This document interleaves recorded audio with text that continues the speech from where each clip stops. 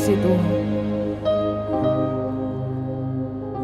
Kalau kami ada sampai hari ini, itu bukti nyata cinta Tuhan buat hidup kami.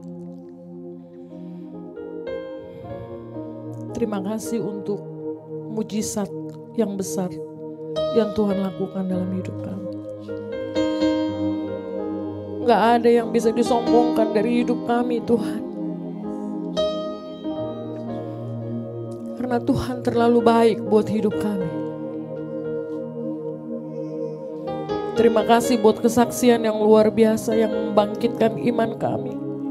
Bahwa tidak ada yang tidak mungkin di dalam Tuhan. Tidak ada yang tidak bisa diubahkan di dalam Tuhan. Terima kasih Tuhan. Sebentar kami akan dengar kebenaran firman Tuhan. Urapi ya Tuhan setiap perkataan yang keluar dari mulutku. Urapi dengan pengurapan yang baru daripada Tuhan. Dan apa yang aku sampaikan bisa diterima dengan mudah dicerna dari bahasa yang keluar dari mulutku Tuhan. Firman-Mu berkuasa buat setiap hidup kami. Dan berbicaralah buat kami semua. Kami siap diberkati oleh Tuhan. Terima kasih Bapa, dalam nama Yesus. Amin. Haleluya, shalom.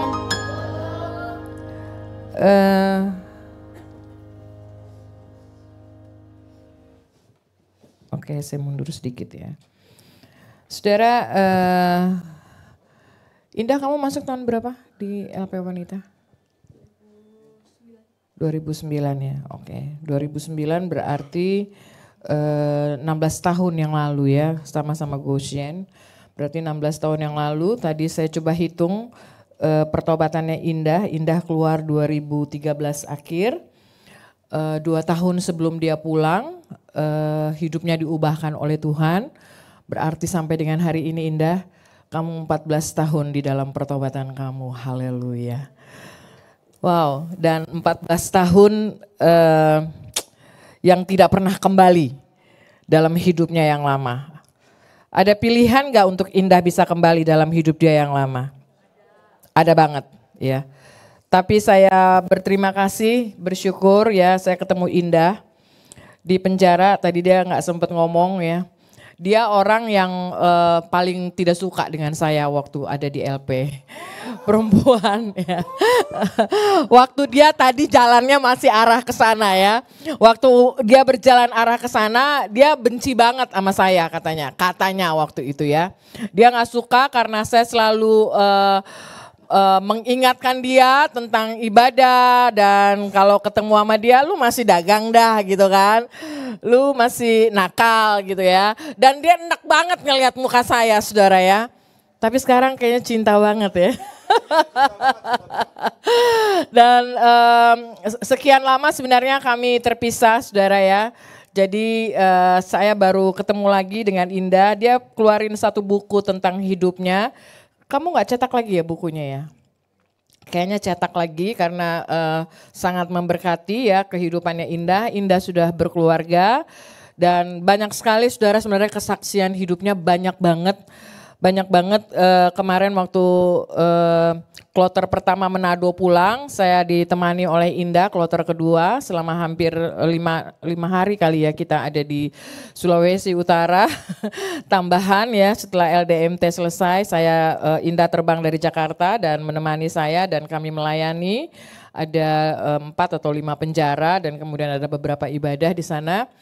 Dan waktu sama-sama sama Indah, akhirnya Indah cerita gitu ya, bahwa banyak sekali pertolongan Tuhan, Tuhan luputkan dia dari banyak hal-hal yang bisa membuat dia sebenarnya mati terlebih dahulu.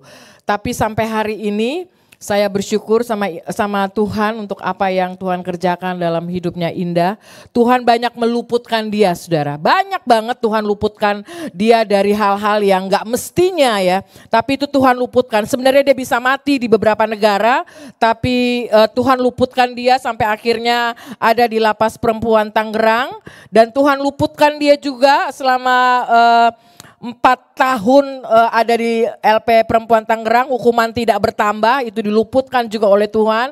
Dan saudara, saya waktu kemarin sama dia ada di Sulawesi, ada di Manado, saya langsung berpikir bahwa begini, rencana dan rancangan Allah dalam hidup kita tidak ada yang bisa gagal, amin. Gak ada yang gagal, satu rancangan pun dalam hidupnya kita tidak akan gagal, gak akan batal kalau kita menolak. Amin ya. Kalau kita keluar dari apa yang Tuhan rancangkan sama hidup kita. Dan saya justru sangat diberkati lewat kehidupannya Indah. Jadi setiap dia kesaksian air mata saya itu jatuh gitu ya. Artinya begini, tidak ada yang tidak mungkin bisa dirubah dalam hidup kita. Amin. Pasti ada yang bisa dirubah dalam hidup kita karena kita punya Tuhan yang besar. Dan saya bersyukur hari ini dia berada bersama-sama dengan kami di Goshen. Tadi dia bilang bahwa dia belajar untuk menjadi manajemen keuangannya Tuhan yang benar gitu. Dan saya bersyukur saudara, orang ini luar biasa, Indah perempuan yang hebat ya. Waktu pandemi kemarin saudara, dia punya usaha dibuka di salah satu apartemen besar di wilayah Pancoran, Kalibata, dan saya nggak pernah duga gitu bahwa ini dia bisa masak sebanyak itu dan sejago itu ya, dengan kapasitas kalau masuk di di Kalibata itu ada letter L, dia punya tempat dagangan gitu ya, dan satu-satunya yang dikerubutin orang saudara. Waktu itu karyawannya dia ada 11 orang dan buat saya mantan narapidana ya dan begajulan gitu hidupnya bisa menjadi seorang pengusaha yang memberkati orang lain. Haleluya. Dan saya mau bilang buat setiap saudara jemaat Bethesda sore hari ini, saya mau bilang buat Kiki, buat Samba, buat kita semua, buat Chris ya, buat Aldi, buat Darmawan. Ya saya mau bilang buat setiap kita ya, bahwa waktu kita di tracknya Tuhan, waktu kita berjalan dalam jalurnya Tuhan, saya percaya begini, di sana, ujung sana, ada Tuhan yang nanti kamu. Amin. Ada Tuhan yang menyertai kamu, amin. Ada Tuhan yang tahu banget apa yang akan terjadi dalam hidup kamu. Wow, itu yang membuat saya bergairah dengan pelayanan penjara, saudara. Mungkin banyak orang yang nggak fokus dengan pelayanan ini, tapi saya memutuskan untuk hidup saya fokus dengan pelayanan ini. Saya nggak menclok ke pelayanan yang lain, kalaupun Tuhan percayakan ke tempat yang lain, itu hanya bonus dari Tuhan. Tapi saya mau fokus dengan pelayanan ini karena apa? Saya lihat begini saudara, di penjara itu banyak orang yang ternyata itu banyak mutiaranya Tuhan. Banyak mutiara yang kita nggak pernah pikirkan. Yang terakhir yang saya cerita buat setiap kita adalah saya jumpai satu orang pria di salah satu lapas saudara, dari orang yang bukan siapa-siapa di lapas itu, dia nggak pernah mau cerita tentang hidupnya. Orang yang duduk di pinggiran jalur di salah satu lapas, dia duduk di dalam gereja, nggak pernah tepuk tangan, tapi akhirnya Tuhan izinkan saya kenal dengan orang ini. Dan waktu dia dipindahkan dari lapas itu ke lapas yang lebih jauh lagi, ternyata Tuhan rubah hidupnya. Dia keluar dari zona nyaman hidupnya dia waktu dia ada di lapas yang lama. Waktu dia ada di lapas yang baru ternyata Tuhan rubah hidupnya. Saudara, dan saya terkaget-kaget waktu Tuhan rubah hidupnya, justru dia jadi orang penting di lapas dia yang baru saudara, warga binaan. Jadi orang penting di lapas yang baru ini. Dan saya bilang kamu gak bakal dipindahin kayaknya enggak. Gitu, karena dia orang yang penting di dalam lapas ini saudara, warga binaan pemasyarakatan. Enggak main duit, sama sekali enggak main duit. Tapi waktu kapasitasnya dia kasih sama Tuhan, dia kembangkan setiap talenta yang dia punya. Tuhan gak akan tutup mata buat setiap kita, haleluya. Tuhan gak akan tutup mata. So hari ini saya mau bicara buat setiap kita saudara, dari satu tokoh yang ada di dalam 3 kitab Injil. Wah ini keren banget, ada satu tokoh ya, seorang pria, salah satu dia ayah dari satu orang putri ya. Dari satu orang putri, tokoh ini disebutkan di 3 kitab Injil, Matius, Markus, dan Lukas. Tidak ada di Yohanes. Di Matius, Markus, dan Lukas ini disebutkan. Dan saya baru dapetin ini ya saudara, saya udah baca berulang-ulang, tapi saya baru Tuhan bicara sama saya waktu hari Minggu kita mau berangkat ke Manado, waktu yang tanggal 25. Nah itu hari Minggu sore itu saya ada melayani di salah satu gereja, saudara. Nah dalam 1-2 hari sebelum saya melayani di hari Minggu, Tuhan bicara tentang ayat ini, saudara. Ini tentang satu orang ayah yang begitu mencintai anak perempuannya. Namanya adalah Yairus. Pernah dengar Yairus? Pernah dengar Yairus, saudara? Bethesda, coba tolong.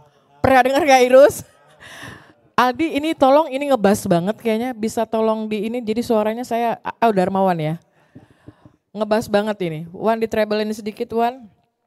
Biar lebih enak. Oke, kita buka dalam cepat aja langsung ya. Kita buka dalam Lukas yang ke-8, ayatnya yang ke-41. Saya punya tema ini ya. Lukas yang ke-8 ayat 41, ini yang luar biasa yang Tuhan kasih sama saya beberapa hari sebelum kita berangkat ke Manado, saudara. Dan sekotbahkan ini di salah satu gereja yang ada di Sulawesi Utara. Oke, kita akan baca sama-sama. Saya kepengen kita baca ayatnya yang ke-41, 42, kemudian 41, 42, 49, dan 50. Saya jemput kita semua bangkit berdiri. Kita akan baca bersama-sama ayat yang ke-41, 42, kemudian 49, dan 50. Buka suara saudara dan baca dengan keras. 1, 2, 3.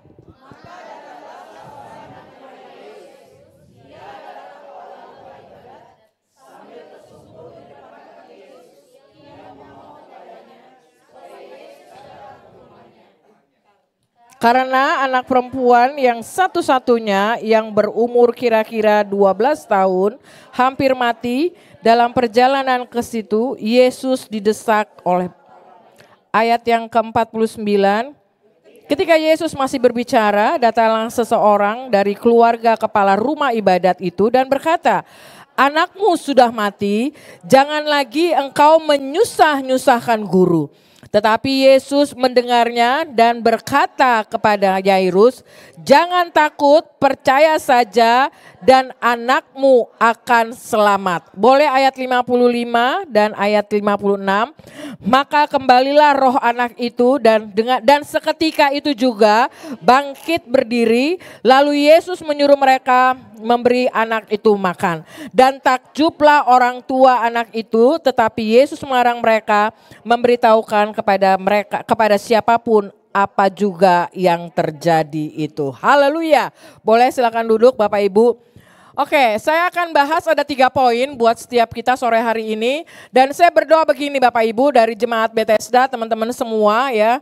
Rekan-rekan sepelayanan saya dari Bethesda, dengar baik-baik. Kalau kamu dengar ini baik-baik, kamu menyikapi ini baik-baik, ini akan membawa satu perubahan dalam hidupmu. Amin, katakan amin. Karena firman Tuhan itu gak pernah berdusta. Amin. Firman Tuhan itu gak pernah bohong. Apalagi Yesus yang akan diberitakan pada sore hari ini. Dan saya berjanji di hadapan Tuhan bahwa hanya nama Yesus yang diberitakan. Ada 3 poin yang saya dapatkan dalam beberapa waktu yang lalu. Dan saya akan bagi kepada setiap saudara sore hari ini. Oke, yang pertama adalah begini. Kita mesti tahu dulu Yairus ini siapa ya. Kita udah sering dengar Yairus. Yairus ini adalah seorang kepala rumah ibadat ya. Kepala rumah ibadat ini dia bukan gembala, saudara. Dengar baik-baik, dia bukan gembala, dia bukan pendeta, tapi dia pemilik kepala rumah ibadat yang disebut dengan nama sinagoge. Ya, sinagoge itu, saudara, adalah tempat pertemuan. Ya, tempat pertemuan yang cukup besar diadakan kalau gini, orang mau rapat, orang mau beribadah, orang mau melakukan acara bangsa Yahudi secara khusus, mereka akan pakai tempat ini. Dan yang pemilik tempat ini adalah siapa? Yairus, ya. Pemilik tempat ini adalah Yairus. Jadi artinya begini, Yairus bukan orang yang biasa, betul? Ya, Yairus bukan orang yang biasa. Anggaplah misalkan yang punya gedung di A misalkan Ibu Desra, yang punya gedung di B misalkan Kiki. Nah, ini pemiliknya adalah Kiki gitu ya. Jadi misalkan ini nih pemilik tempat ini adalah Kiki Tampu Bolon. Jadi kalau setiap orang yang mau sewa ini tempat, dia harus ngadepin sama siapa? Kiki. Kira-kira Kiki duitnya banyak gak? Banyak. Kira-kira Kiki disegani gak? Disegani. Kira-kira Kiki dihormati gak? Dihormati. Karena orang akan bilang begini, kayaknya gue bisa harga miring nih, gitu kan. Nah, gue mau ketemu sama yang namanya Kiki. Dan saudara tahu, Yairus adalah orang yang sangat dihormati. Dengar baik-baik. Yairus ini pemimpin kepala rumah ibadat, orang yang sangat dihormati ya. Orang yang bukan orang biasa, orang yang punya uang, orang yang punya kedudukan, orang yang punya posisi. Itu kita mesti kenal dulu. Yang pertama ini Yairus nih yang akan kita bahas. Siapa yang akan kita bahas sore hari ini? Yairus. Kok di virus? Yairus. Yang akan kita bahas sore hari ini Yairus. Bilang sama kanan kiri Yairus. Yairus ya. Bukan Yairus ya. Yairus yang akan kita bahas ya sore hari ini. Nah, saudara tahu dia punya anak satu-satunya, firman Tuhan bilang anak perempuan. Satu-satunya anak perempuan berusia 12 tahun ya. Dan anak perempuan ini sakit, saudara. Sakit dan hampir apa firman Tuhan bilang? Hampir mati ya. Anak perempuan satu-satunya, kamu punya anak perempuan, anak tunggal satu-satunya dan hampir mati. Bisa dibayangkan ada nggak di sini yang punya anak tunggal? Atau yang jadi anak tunggal? Oh, kakak punya anak tunggal, cuma satu anaknya. Bayangin ya, darah Yesus ya. Kalau misalkan sakit ya, misalkan gak enak gitu ya. Enak gak enak saudara. Rasanya tuh pasti gak enak. Nah, saya kepengen kita konsentrasi ada 3 hal yang saya akan bagi buat setiap saudara lewat ayat ini. Firman Tuhan bilang begini buat setiap kita. Ya, firman Tuhan bilang begini. Ketika Yesus kembali, orang banyak menyambut dia sebab mereka semua menanti-nantikan dia. Ayat 41 bilang begini. Maka datanglah seorang yang bernama siapa? Yairus. Ia adalah kepala rumah ibadat. Sambil tersungkur di depan kaki Yesus, ia memohon kepadanya supaya Yesus datang ke rumahnya. Bapak Ibu tolong lihat ke sini, dengar baik-baik. Poin pertama yang saya mau bagi, gimana caranya kita bisa out of box. Artinya begini, keluar dari zona nyamannya kita. Keluar dari apa yang biasa kita lakukan. Ya, keluar dari apa yang menjadi keenakan kita, kenyamanan kita. Yang pertama adalah begini, yang saya dapat dari Yairus, saudara. Ini Yairus bukan orang biasa yang tadi saya udah bilang kepada setiap kita. Dia orang yang penting. Kayak Ella di rumah singgah, Ella adalah orang yang penting di rumah singgah. Benar ya? Apa yang dilakukan di rumah singgah harus seizin Ella, benar nggak? Ya.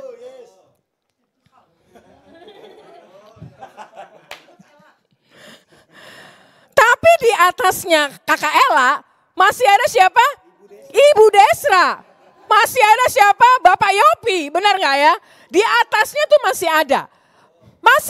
Masih ada orang yang lebih tinggi lagi jabatannya di atasnya. Jadi Ibu Ella nggak bisa sembarangan, gitu kan? Nggak bisa ambil keputusan sembarangan tanpa izin sama yang ada di atasnya. Ianya kenceng bener tuh kayaknya ianya kayak waduh gue nih gitu ya. Saudara tahu apa yang dilakukan oleh Yairus? Yang pertama, Yairus itu orang yang sangat penting di zamannya dia. Posisinya dia bukan posisi yang biasa. Tiba-tiba begini, dia dengar tentang Yesus. Dia tahu bahwa Yesus ini adalah guru. Dia tahu bahwa Yesus adalah orang yang bisa menyembuhkan.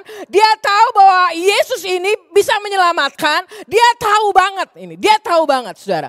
Dan saudara, di tengah-tengah mungkin rasa dukanya dia, rasa takutnya dia, rasa khawatirnya dia, saudara.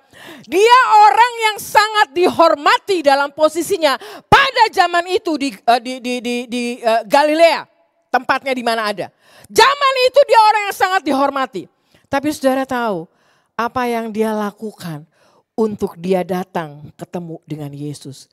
Dia berani tersungkur di tengah-tengah kerumunan orang banyak. Dia nggak peduli, dia tersungkur di hadapan Yesus. Dia sujud di hadapan Yesus. Dia berlutut di hadapan Yesus dan dia bilang, tolong saya karena anak saya perempuan satu-satunya dalam keadaan sakit. Dengar Bapak Ibu baik-baik, apa yang dilakukan oleh Yairus? Yang pertama kita mau bahas. Yairus berani keluar dari zona nyaman dalam hidupnya. Katakan amin. Amin. Yairus berani keluar dari zona nyaman dalam hidupnya. Dia seorang pemimpin, dia seorang yang terkenal, dia seorang yang dihormati, dia seorang yang dibanggakan mungkin oleh keluarganya. Tapi dia keluar dari zona nyamannya hanya untuk bertemu dengan Yesus. Waktu saya baca ini, saya pikir gak cuma Yairus yang keluar dari zona nyamannya. Saudara tahu, Yesus pun dia tanggalkan zona nyamannya dia untuk datang dan ketemu dengan Yairus. Katakan amin. Amin. Yesus, bayangkan dia habis ketemu ayat yang di atasnya itu. Dia habis ketemu sama orang gila di Gerasa. Dan kemudian dia usir itu roh jahat masuk sama babi. Babi kecap, babi rica, masuk tuh. Ya. Bayangkan gitu ya. Maksudnya dalam pelayanan dia yang sebelumnya, capek gak dia sebagai manusia? Kalau kita bicara ini, kita lagi bicara Yesus sebagai manusia. 100% dia manusia, 100% dia Tuhan. Nah kalau kita baca ini saudara, dari dari 4 kitab Injil, ini bicara tentang Yesus sebagai manusia. Bayangkan di tengah-tengah rasa capeknya dia, dikerumuni oleh orang banyak, istilahnya yang lagi keren-kerennya, yang lagi ngetop-ngetopnya. Jadi orang cari Yesus di mana aja. Benar? Orang cari Yesus di mana aja. Kalau ikutin fisiknya kita, capek. Kayak kemarin kita ada di Manado 5 hari aja, wow rasanya kayaknya udah capek. Saya kena flu, kena batuk. 5 hari doang aja udah capek, kena flu, kena batuk. Ngadepinnya anak SMP gitu kan ya. Ngadepin anak SMP yang ribut rasanya pengen ditampol gitu. Yang ngomong melulu di belakang gitu kan ya. Disuruh diem, galakan dia daripada kita. Itu energi terkuras saudara. Bayangkan ya, energi terkuras. Belum lagi lihat yang nangis-nangis, yang raung-raung dipegang sama Siana gitu ya. Kenapa ini mak bapaknya cerai bikin hati gua patah gitu. Bayangkan maksudnya energi kita terkuras 5 hari ada di Sulawesi. Kemudian saya batuk sama flu. Pulangnya lebih cepat jadinya ya. Untung ditemenin Indah datang nginep di Hotel Aston sama Indah gua. Bahagia Indah, terima kasih. Jadi artinya begini saudara. Kita yang manusia baru ngalamin yang segitu aja kita udah mengeluh apa? Capek. Tapi Yesus di tengah-tengah kesibukannya dia sebagai manusia 100%. Dan sebagai Tuhan 100%. Dia peduli sama hidup kamu. Katakan amin. Amin. Dia gak bilang begini. Nanti dulu deh kakak, lo gak usah lah. Kayaknya lo permintaan lo kesusahan. Kebanyakan lo mintanya. Nanti aja ya gue jawabnya. Kemudian Yesus jalan lewatin lo gitu. Tapi enggak. Saudara tahu waktu Yairus ketemu dengan Yesus. Yesus berhenti gak? Berhenti.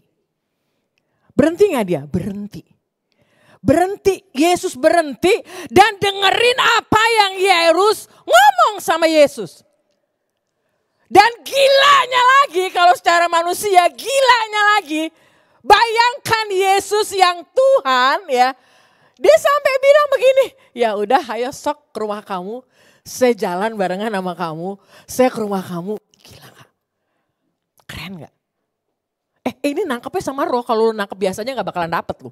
Beneran, nangkepnya sama roh. Kalau lu nangkep biasa aja gak bakalan dapet. Dengerin baik-baik. Yairus ya, sampai tersungkur di depan Yesus. Sementara Yesus habis melakukan hal yang membuat dia mungkin secara fisik capek. Tapi bayangkan waktu Yairus bilang begini, lu datang aja ke rumah gue bentar, lu tumpangin tangan lu atas anak gue, pasti anak gue sembuh, anak gue hidup. Itu harapannya Yairus. Dan mungkin kalau Yesus bisa bilang begini sama Yairus, kalau dia capek, gue tunggu dulu ya, boleh gak Rus tunggu dulu ya. Gue abis ngusir orang masuk ke babi nih gitu. Gue makan dulu deh tuh babi kecap gitu kan. Gue makan dulu rage gitu kan. Gue makan dulu apalah babi, apa kemarin tuh di mana? Di Manado.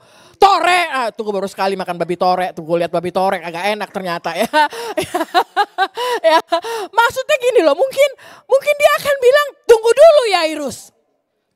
Benar gak? Dia akan bilang kalau dia capek secara manusia dia akan bilang begini, tunggu dulu Indah. Gitu kan. Tunggu dulu Desra. Tunggu dulu. Dia akan bilang itu tapi dia gak sebutkan itu. Di tengah-tengah rasa mungkin capeknya secara manusia. Dia ikutin apa yang Yairus minta.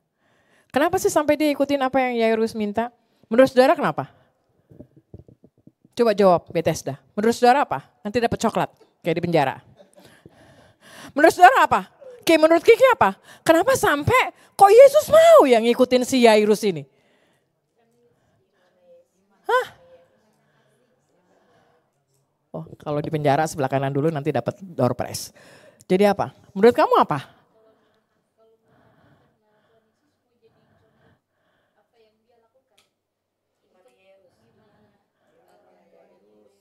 Sini lo gantiin gue khotbah. Benar.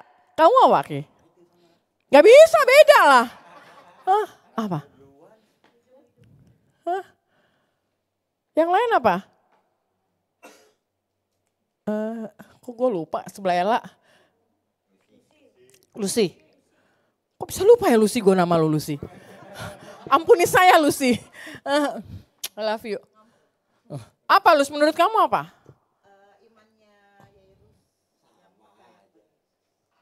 Ella, menurut Ella apa? Hah? Saudara tahu, dengar baik-baik. Kenapa Yesus sampai dia bilang begini, maksudnya ya udah gue pergi barengan sama lo. Saudara tahu apa yang dilihat dari Yairus, saudara?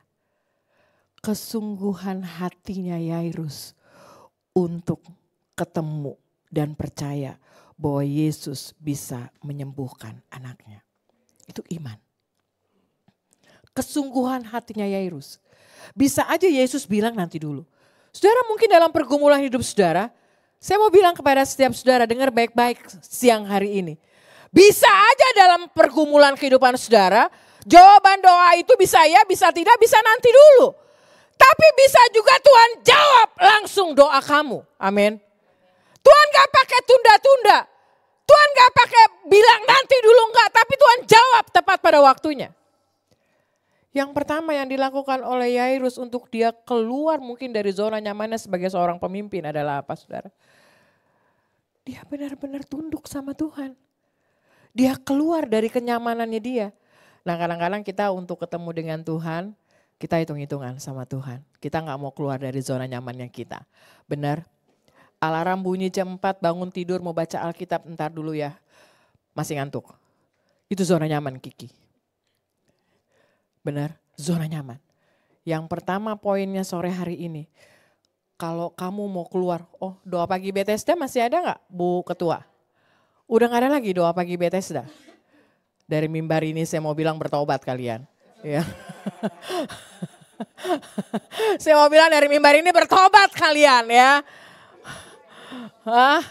Bertobat kalian. Karena dulu ada doa pagi itu waktu lagi ada susah-susahnya tuh pandemi kan. Doa pagi semuanya. Minta sama Tuhan, ngarepin pertolongan Tuhan.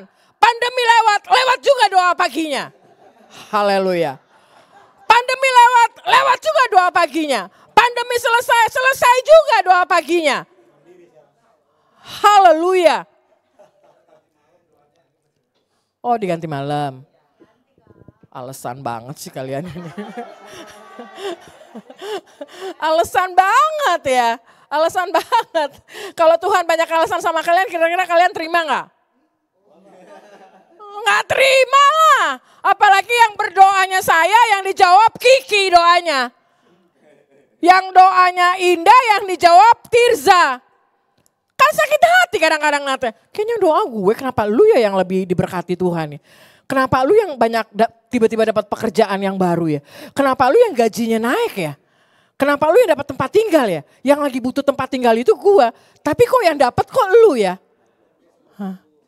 Kira-kira Tuhan pilih kasih nggak? Enggak. Saya mau bilang begini saudara, Yairus, dia berani meninggalkan zona nyamannya dia untuk dia berjumpa dengan Yesus. Bilang sama kanan kiri, berani nggak lo tinggalin zona nyaman? Berani nggak? Nggak, saudara kira-kira gini, kalau ini contohnya Indah gitu ya. Contohnya Indah yang tadi. Nggak pernah pegang duit 50.000, dapat duit 50.000 aja susah. Kira-kira dia bisa nggak keluar dari zonanya dia? Dia minta aja sama yang ini nih. Dia cuma tinggal telepon gampang, bener Indah. Tapi dia nggak lakukan itu. Kalau dia mau ada dalam zona nyamannya dia akan kembali lagi berbalik, udah lewat di sana. Lu udah lihat kebaikan Tuhan, udah lihat pertolongan Tuhan. Tapi satu kali waktu kamu kepentok dan kamu balik lagi ke sini, bisa gak? Bisa. Balik lagi ke zona nyamannya bisa gak? Bisa Ella. Balik lagi, Bapak Ibu dengar baik-baik. Zona nyaman itu bukan hanya sesuatu yang gak baik. Tapi sesuatu yang baik dalam hidup kita pun juga kadang-kadang bisa jadi zona nyaman. Setuju? Zona nyaman itu bukan hanya sesuatu yang gak baik, Indah, dalam hidup kita. Tapi sesuatu yang kita anggap baik menurut versi kita, itu bisa jadi zona nyaman lo. Kamu ngerasa bahwa kamu mimpin pujian paling keren. Kamu udah oke mimpin pujian. Kamu udah oke main keyboard. Hati-hati, itu kamu ada dalam zona nyamannya kamu. Keluar. Benar. Hati-hati. Kadang kebaikan kita ngerasa bahwa oh gue udah paling keren nih. Gue udah paling oke nih. Ella udah paling oke mimpinnya di dalam rumah singgah. Udah paling oke peraturan-peraturan yang ada. Kita ngerasa bahwa kita paling oke. Itu juga bisa jadi zona nyaman untuk menghancurkan hidup kamu. Itu bisa jadi zona nyaman dalam hidup kita.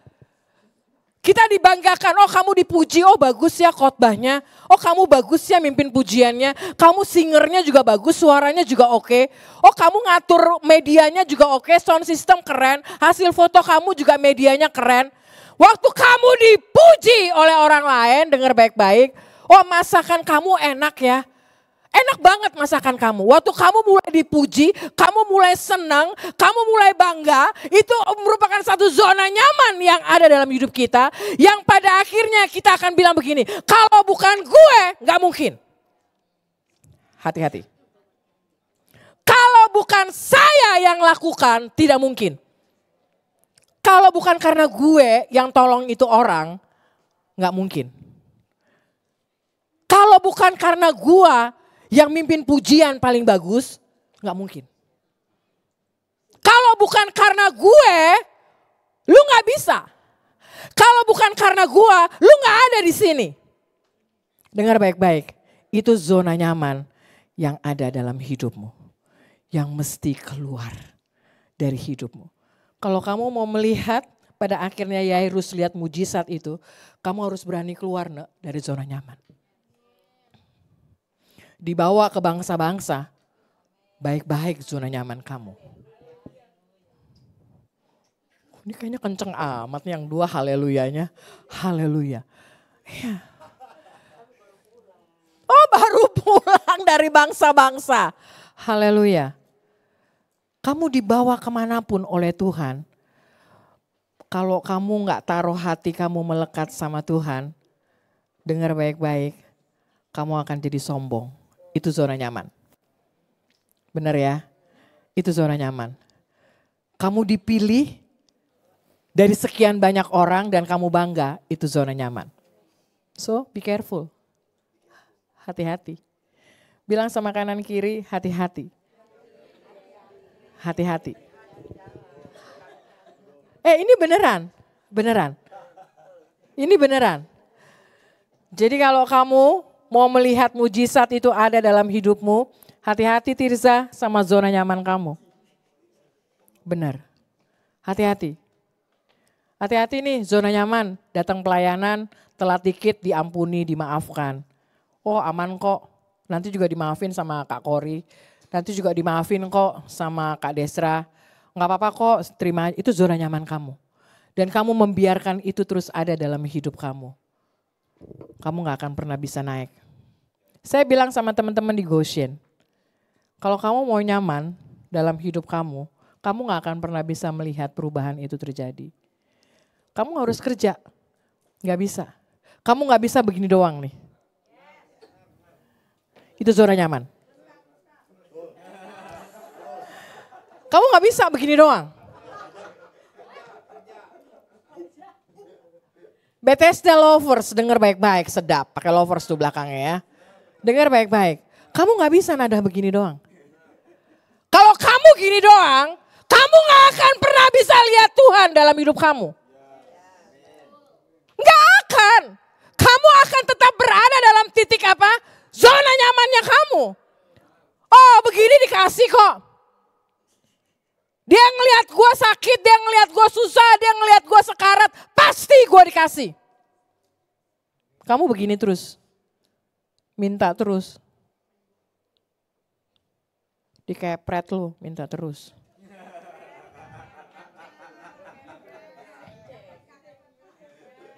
Beneran. Beneran. Setuju ya? So kalau kamu mau keluar, tolong Bapak Ibu teman-teman dengar baik-baik. Kamu mau lihat nih, Tuhan kerja nih artinya gini. Tuhan udah lagi capek-capek nih. Tuhan sendiri aja keluar loh dari zona nyamannya, tanda kutip ya. Dia aja sendiri keluar loh dari zona nyamannya dia loh. Bisa gak dia tetap nempel aja di sorga? Bisa gak? Bisa banget. Tapi dia keluar dari zona nyamannya. Turun jadi manusia 100%. Dia berani bilang, kasarnya begini, ayo Yairus gue temenin lu ke rumah lu. Gue sembuhin anak lu. Bisa aja dia tolak Yairus. Tapi dia berjalan bersama-sama dengan Yairus. Yang pertama ingat apa tadi baik-baik, kamu mau out of box harus apa? Keluar dari zona nyaman. Sekarang yang kedua. Yang kedua. Waktu Yesus jalan sama Yairus, firman Tuhan bilang, dia kan di tengah-tengah kerumunan orang banyak. Benar ya? Dia di tengah-tengah kerumunan orang banyak. Jadi waktu Yesus jalan sama Yairus, tiba-tiba Yesus merasakan apa? Ada yang keluar dari tubuhnya dia. Kekuatan yang ekstra yang keluar dari tubuhnya dia. Ternyata ada apa saudara? Ada seorang perempuan yang ngalamin pendarahan 12 tahun. Itu kisahnya lain lagi. Khotbahnya lain lagi. Tapi saudara tahu, waktu di tengah perjalanan itu, tiba-tiba Yesus berhenti. Dan kemudian dia tanya siapa yang sentuh aku, siapa yang pegang aku. Dan kemudian murid-muridnya bilang begini, woi ini banyak orang mana Eka tahu siapa yang nyentuh. Benar gak? Kan gak tahu siapa yang nyentuh. Saudara bisa bayangkan perasaannya Yairus? Bisa bayangin gak perasaannya Yairus? Yairus ini lagi apa? Deg-deg plus, lagi deg-degan, lagi rasa takut. Dia lagi minta tolong sama Yesus. Lu datang ke rumah gue, jamah anak gue. Dalam perjalanan mungkin baru beberapa langkah, tiba-tiba Yesus berhenti. Dan dia cari tahu itu makan waktu gak? Makan waktu. Mungkin dia akan berdiri secara manusia di sebelahnya Yesus. Gimana sih lu sus? Gue kan tadi udah minta tolong sama lu. Biar lu cepet-cepet datang ke rumah gue. Tapi sekarang kenapa lu berhenti dan lu sembuhkan dulu orang lain. Sementara ada anak saya di rumah yang udah tinggal sedikit lagi mati. Anak satu-satunya yang sangat dicintai. Tapi kenapa kamu berhenti di tengah jalan dan kamu tolong orang lain. Saudara bisa bayangkan hatinya Yairus sebagai seorang ayah. Kebayang gak? Aduh, Tuhan cepetan dong. Gue udah butuh banget nih. Tuhan tolong dong. Saya mesti bayar kontrakan rumah nih Tuhan. Tuhan tolong dong, cicilan mobil nih mesti dilunasin. Makanya jangan nyicil, beli yang lunas. Ya. Tuhan tolong dong, Tuhan tolong dong mertua saya nih Tuhan. Tuhan tolong dong mantu saya nih Tuhan. Kita lagi menjerit sama Tuhan. Dan tiba-tiba Tuhan bilang begini, nanti dulu. Gue tolong dulu yang lain. Saudara tolong dengar baik-baik. Lihat kemari. Yang kedua adalah waktu Yairus jalan berarti ada prosesnya enggak untuk sampai di rumahnya? Ada. So proses itu dia harus lewatin dengan imannya dia. Deg-deg plus enggak? Deg-deg plus. Dia harus lewatin itu dengan imannya dia. Saya ingat banget waktu ada tumor di paru-paru saya sebelah kanan. Saya harus lewatin itu, deg-deg plus. Nungguin jawabannya dokter apa yang terjadi sama tumor di paru-paru saya. Saya harus deg-deg plus ya. Kok Tuhan kayaknya lama banget tolong saya. Kok kayaknya Tuhan gak sembuhin saya. Tuhan kok kayaknya lepasin saya, tinggalin saya. Rasanya kayak begitu. Mungkin Tuhan lagi sibuk sama yang lain. Nah, ingat baik-baik. Waktu kamu on proses dan kamu stay di proses yang ada, kamu menang. Amin. Waktu kamu on proses dan kamu jalan ikutin proses itu, kamu menang. Amin. Amin. Jadi artinya gini. Kamu pacarmu siapa namanya? Octaviana. Octaviani.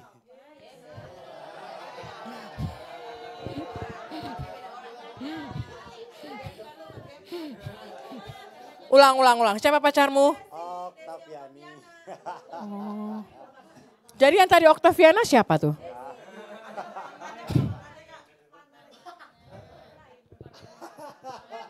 Kamu Samba? Siapa pacarmu namanya? Hana.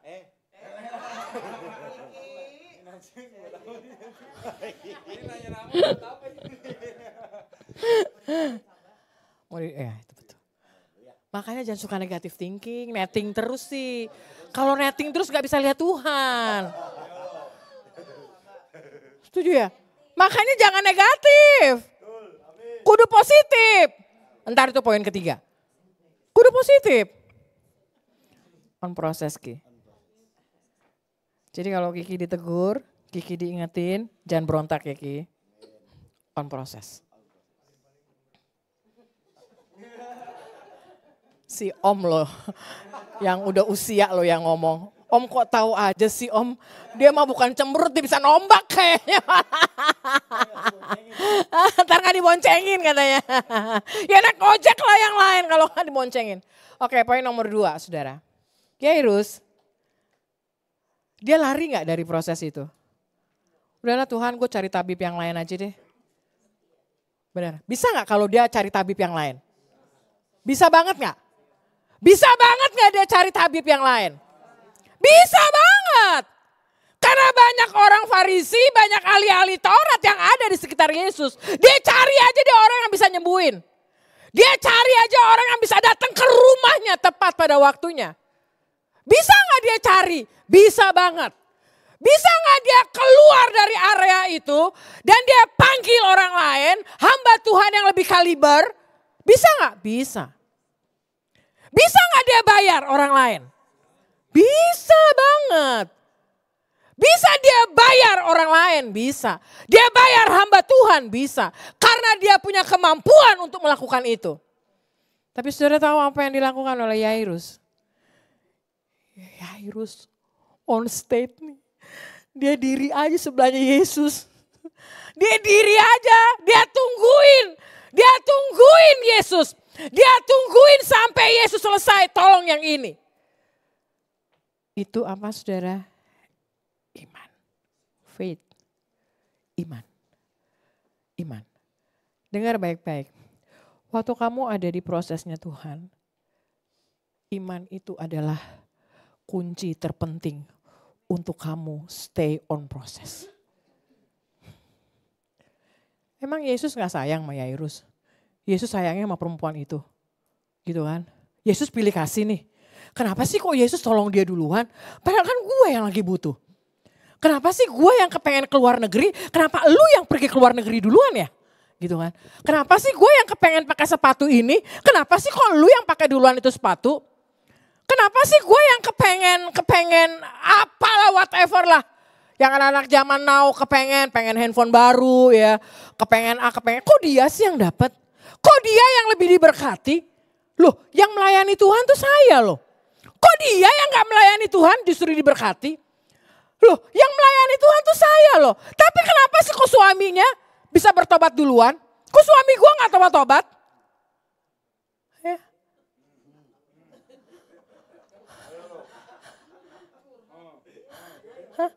Kenapa sih gue kerja datang on time kok? Gue gak pernah terlambat datang kantor. 9 to 5. Bahkan gue lebih daripada jam 5 sore. Gue ada di kantor kok, gue setia kok gitu. Apa yang diminta juga gue lakuin. Tapi kenapa dia yang naik gaji, bukan gue yang naik gaji? Dengar baik-baik. Kayaknya masakan gue lebih enak daripada masakan dia. Tapi kenapa yang laku masakan dia daripada masakan gue? Kenapa yang laku dagangan dia daripada dagangan gue? Kenapa kantor dia lebih maju daripada kantor gue? Kenapa perusahaan dia lebih maju daripada perusahaan gue? Kenapa mobil online dia tarikannya dalam satu hari bisa dapat 5, 6 sampai 10 penumpang? Kenapa gue cuma 2 penumpang?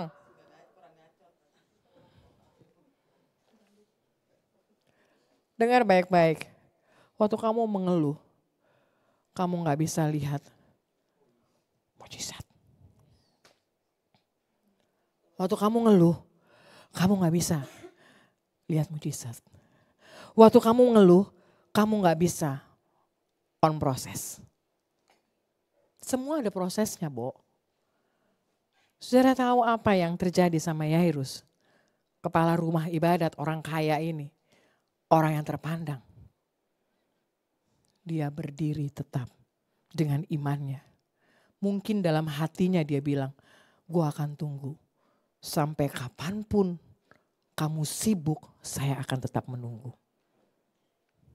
Kalau kamu stay on proses, saya lihat prosesnya anak-anak Goshen. Wow, berat. Saya lihat prosesnya. Tapi sudah tahu waktu mereka on proses, di dalam prosesnya mereka, waktu 16 tahun yang lalu ketemu mereka cupu-cupu, blow on. Tanda kutip. Gak bisa khotbah, gak bisa ngomong, diri di depan bleek gitu kan.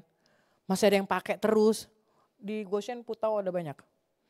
Yang pakai putau, apalagi sabu, inek. Tapi saudara tahu sampai finally akhirnya saudara. Karena mereka setia di dalam proses itu jatuh, saya temenin. Jatuh, ayo lu bangkit, lu bisa. Bangun lagi. Jatuh, bangun lagi. Tapi mau tetap nih, dia gak mau keluar.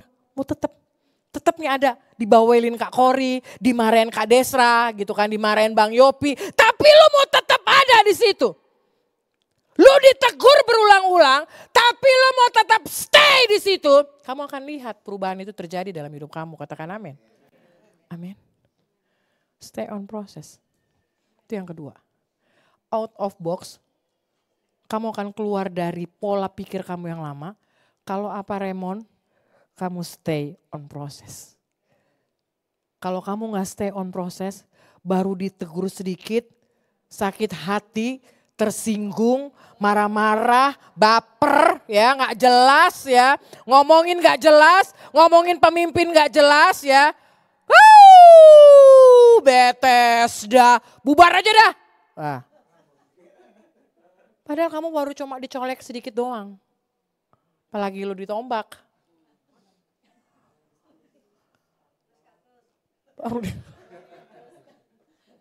Baru dikit dicolek. Udah sakit hati. Baru dikasih tahu jangan telat kalau datang pelayanan. Besok-besok tambah telat datangnya. Benar apa benar? Kecenderungan kita adalah waktu kita dinasehati. Kita akan apa? Memberontak. Kecenderungan saya dan saudara adalah waktu kita dinasehati. Ego kita akan jauh lebih tinggi daripada yang lain. Yairus, kalau dia gak bisa tahan egonya, dia gak bisa tahan emosinya, dia bisa maju ke depan Dan dia tampar itu perempuan, lu ganggu gue. Lu ganggu jalan gue. Lu pergi jauh-jauh, gue duluan men. Yang mau ketemu dengan Yesus. Tapi Yairus tidak lakukan itu dalam hidupnya. Kalau dia lakukan itu, gak ada 3 kali dia ditulis di kitab Injil. 3 kali dia ditulis di kitab Injil. Karena apa? Imannya dan rasa percayanya sama Tuhan. Waktu dia ada di dalam prosesnya Tuhan. Amin. Bilang sama kanan kiri, setia aja sih di dalam proses. Setia aja, Indah ya. Beneran. Setia aja.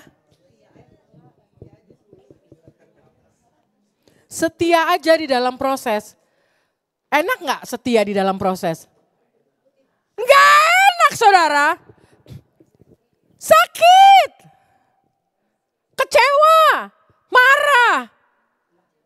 Enak. Nah, benar. Rasanya mau balik kanan aja udah. Bubar jalan. Diomongin sedikit maunya bubar jalan. Ingat baik-baik ya. Kalau Yairus lakukan itu, dia gak akan lihat anaknya dibangkitkan oleh Yesus. Wah itu kerennya tuh, itu kerennya. Itu kerennya. Terus kemudian yang ketiga. Yang ketiga. Waktu dia udah selesai, tadi poin yang kedua gini. Bukan Yesus gak sayang sama kita. Kok kayaknya Yesus lebih sayang sama A ya daripada sama gue? Enggak. Yesus sayang sama semua orang. Dia sayang sama semua orang. Dia cinta sama semua orang. Dia cuma lagi lihat iman kita. Bisa gak Yesus nengok ke Yairus dan bilang begini, Yairus masih mau nunggu gak? Kalau kamu gak mau nunggu ya udah kamu pergi aja duluan ntar saya nyusul. Bisa gak? Bisa. Tapi Yesus gak lakukan itu buat Yairus. Yesus tahu ini ketahanan ini orang. Dia tahu siapa kita, amin. Dia tahu kemampuan kita sampai di mana, amin. Dia tahu banget apa yang terjadi dalam hidup kita. Bahkan yang ada dalam pikiran kita pun dia tahu, Darmawan.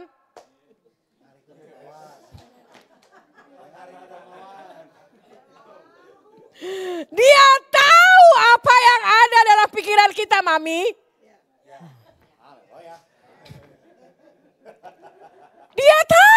Dia tahu. Bisa gak Yesus bilang begini, lu duluan aja balik ke rumah lu, nanti gua nyusul. Bisa banget. Tapi dia tahu imannya Yairus. Dia tahu banget nih Yairus lagi berharap dan tunggu dia datang. Dia tahu banget kesusahan hidupnya kamu. Amin. Yesus tahu banget apa yang lagi kamu pergumulkan Ella. Yesus tahu banget apa yang ada dalam pikiran kamu. Yesus tahu banget beneran pergumulan hidup kamu tentang anak kamu. Dia tahu banget. Yesus tahu banget Tirza apa yang lagi kamu pergumulkan tentang hidupmu. Yesus tahu benar apa yang ada dalam hati dan pikiran kita. Setia aja. Setuju? Yairus tunggu di sini setia. Sampai dia bilang Tuhan akan jawab sesuai dengan cintanya Tuhan sama hidup saya. Poin ketiga terakhir dan kita berdoa. Poin yang ketiga, waktu Yesus mulai berjalan, setelah dia selesai dengan perempuan ini, saudara, tiba-tiba dengar baik-baik, datang satu orang dari keluarganya bilang begini, anakmu sudah apa? Mati. Mendingan udah lu gak usah nyusahin guru. Udah anak lu udah metong. Ngapain juga dia datang numpangin tangan. Karena saudara buat tradisi bangsa Yahudi. Penumpangan tangan orang bersentuhan dengan orang najis. Orang yang sudah mati itu najis. Bersentuhan dengan orang yang sudah mati itu najis. Saudara ingat kisah orang Samaria yang murah hati? Ingat kisah itu? Ada 2 orang jalan dari seberang. Ngelihat orang yang mati di sini, itu ada imam yang pertama, kemudian ada apa? Ada orang Lewi yang kedua. Kemudian yang ketiga ada apa? Ada orang Samaria. Kenapa imam dan orang Lewi ini tidak menyeberang dan menolong orang yang mati? Karena buat mereka harus ditahirkan kembali selama 7 hari. Gak bisa. Mereka harus ditahirkan ulang. Waktu mereka nyebrang, mereka sentuh orang yang hampir mati, ada darah yang disentuh. Itu buat mereka najis. Itu akan ditahirkan kembali. Sementara mereka dalam perjalanan untuk melayani Tuhan. Itulah tradisi. Itulah tradisi. Tapi Yesus langgar semua itu.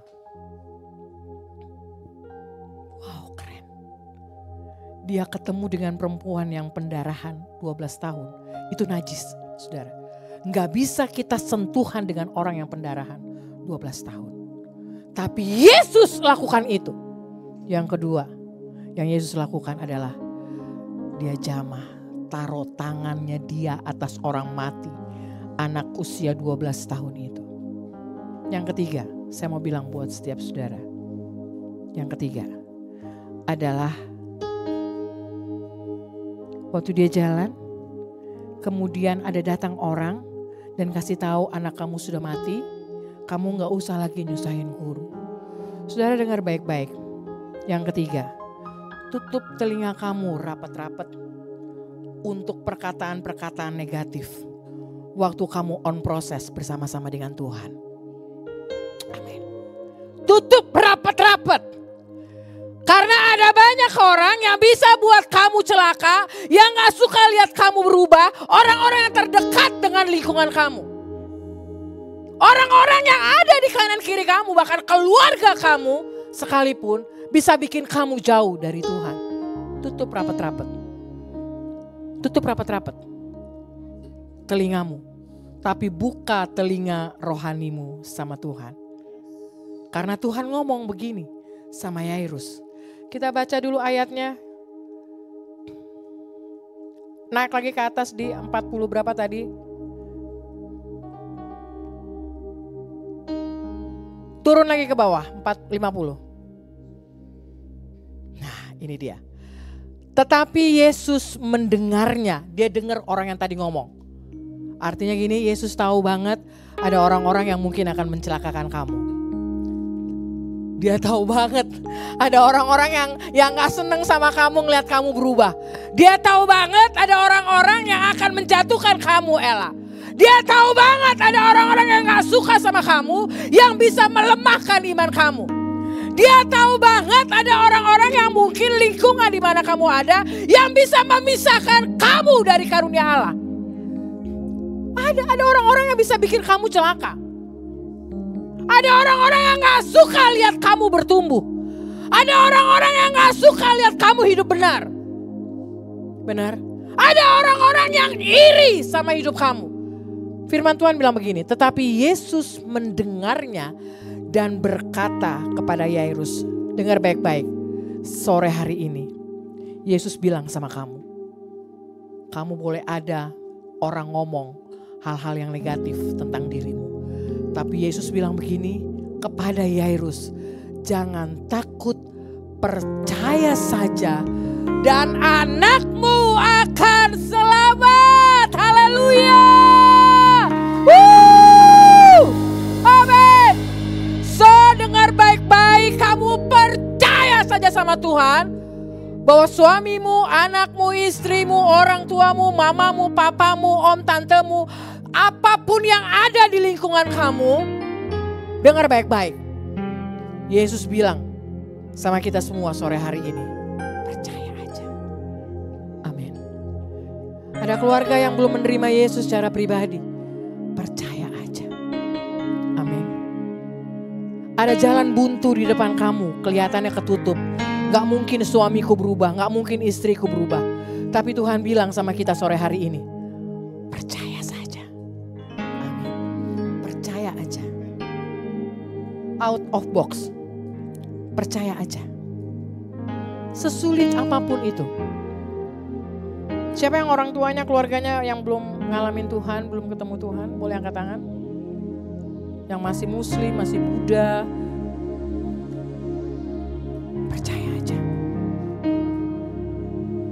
Amin. Yang suaminya belum bertobat, istrinya belum bertobat, yang anaknya digumulkan susah, percaya aja. Satu kali di Goshen ada satu orang datang. Saya ketemunya di Saya gak kenal dia, tapi dia lihat Goshen di Facebooknya Goshen. Waktu dia keluar dari penjara, kemudian dia bingung dia mau kemana. Terus dia ingat, tiba-tiba Tuhan ingatkan tentang Goshen. Oh, ini ada pelayanan yang namanya Goshen. Dia cari di Facebook. Di Facebook itu Goshen Ministry itu banyak banget, saudara. Tapi saudara tahu Tuhan bawa dia. Dia pencet satu kali, Goshen Ministry keluar Goshennya kami, saudara. Pencet cuma satu kali di Facebook. Dan kemudian saudara keluar Goshennya kami, di situ lengkap ada nomor telepon. Yang pegang nomor telepon itu adalah saya. Kemudian dia hubungin saya, Kak Kori ini Goshen ya, gitu kan. Oh iya, terus tapi saya gak kenal sama maksudnya Goshen itu saya gak tahu Kak, gitu. Saya udah pernah dengar waktu saya di LP yang dia ada. Terus kemudian saya juga gak pernah tahu siapa kamu, gitu. Tapi akhirnya dia mau ketemu. Dia mau ketemu, pertama kali ketemu saya langsung ajak dia pelayanan. Padahal saya gak kenal sama sekali sama orang ini. Tapi saya ajak dia karena pas dia telepon, pas hari di mana melayani. Saudara, singkat cerita dia ada bersama-sama dengan kami. Dengar baik-baik. Anak ini adalah anak nomor 2 dan pria satu-satunya di tengah-tengah keluarga. Orang Manado, mama papa orang Manado. Tinggalnya di daerah BSD. Kemudian saya bilang begini, boleh gak kita kunjungin kamu, keluarga kamu? Boleh. Sudah tahu apa yang terjadi? Waktu saya datang, kami tim datang ke keluarganya dia. Mama papanya tahu bilang apa? Mama papanya menangis. Dia bilang begini, mama papa cuma bilang begini. Kak Kori, mama papanya panggil. Ini udah didoakan sekian lama. Dia bilang, udah didoakan sekian lama. Biar anak saya berjumpa secara pribadi dengan Tuhan. Dan saya bersyukur anak saya dikembalikan di tengah-tengah keluarga. So dengar baik-baik. Jangan remehkan setiap pertolongan Tuhan dalam hidup. Dan jangan ragukan bahwa apa yang tidak mungkin bagi Tuhan itu, bagi kita mungkin bagi Tuhan. Jangan pernah ragukan dalam hidupmu. Karena Tuhan tadi bilang buat Yairus, percaya saja. Waktu kamu on proses dan kamu percaya sama Tuhan, kamu akan lihat. Saudara tahu apa yang terjadi atas hidupnya Yairus dan keluarganya. Kita gak usah bahas yang lain karena panjang lagi itu sebenarnya kalau mau dibahas. Tapi saudara tahu apa yang terjadi. Waktu di ayat 41 dia berlutut, kemudian dalam perjalanannya dia dihambat oleh perempuan yang ngalamin pendarahan. Tapi dalam penderitaan yang dia lewati, ujungnya dia melihat mujizat itu terjadi dalam hidupnya. Imannya Yairus menyelamatkan keluarganya. So, sore hari ini kita akan berdoa. Jangan pernah takut. Kita belajar dari Yairus. Kamu keluar dari zona nyaman kamu. Kamu keluar dari sesuatu yang kamu tahu mendukakan hati Tuhan. Kamu keluar dari area di mana kamu tahu bahwa kamu berdosa. Kamu keluar dari area di mana kamu tahu kamu gak pantas lakukan ini. Kamu keluar dari area di mana kamu merasa nyaman sama hidup kamu. Kamu dipuji, kamu dibanggakan. Itu juga satu area kenyamanan. Kamu keluar dari situ. Kamu bilang bahwa Tuhanlah di atas segala-galanya. Yang kedua, waktu kamu setia dalam prosesnya Tuhan, Tuhan gak pernah tinggalin kamu. Yang ketiga, waktu kamu tutup telinga untuk perkataan negatif yang sampai di telingamu, dia mental dari sini keluar. Waktu kamu tutup telinga kamu dan kamu dengar Tuhan bicara. Karena kalau kamu gak tutup telinga kamu di dunia ini, kamu gak akan pernah bisa dengar suara Tuhan dalam hidup kamu. Dengar baik-baik. Kalau kamu gak tutup telinga kamu dengan hal-hal duniawi, kamu gak akan pernah dengar Tuhan berkata-kata, berbicara buat hidup kamu. Buka telinga rohani kamu biar kamu bisa dengar. Buka. Kita keseringan dengar yang duniawi. Sore hari ini ambil keputusan, buka telinga kita untuk hal-hal yang rohani. Sayang, Buka telinga kita. Amin. Jangan dengerin yang negatif. Tapi kita mau dengar Tuhan bicara apa. Amin. Amin. Yuk bangkit berdiri. Ambil komitmen sama-sama. Sekali Yesus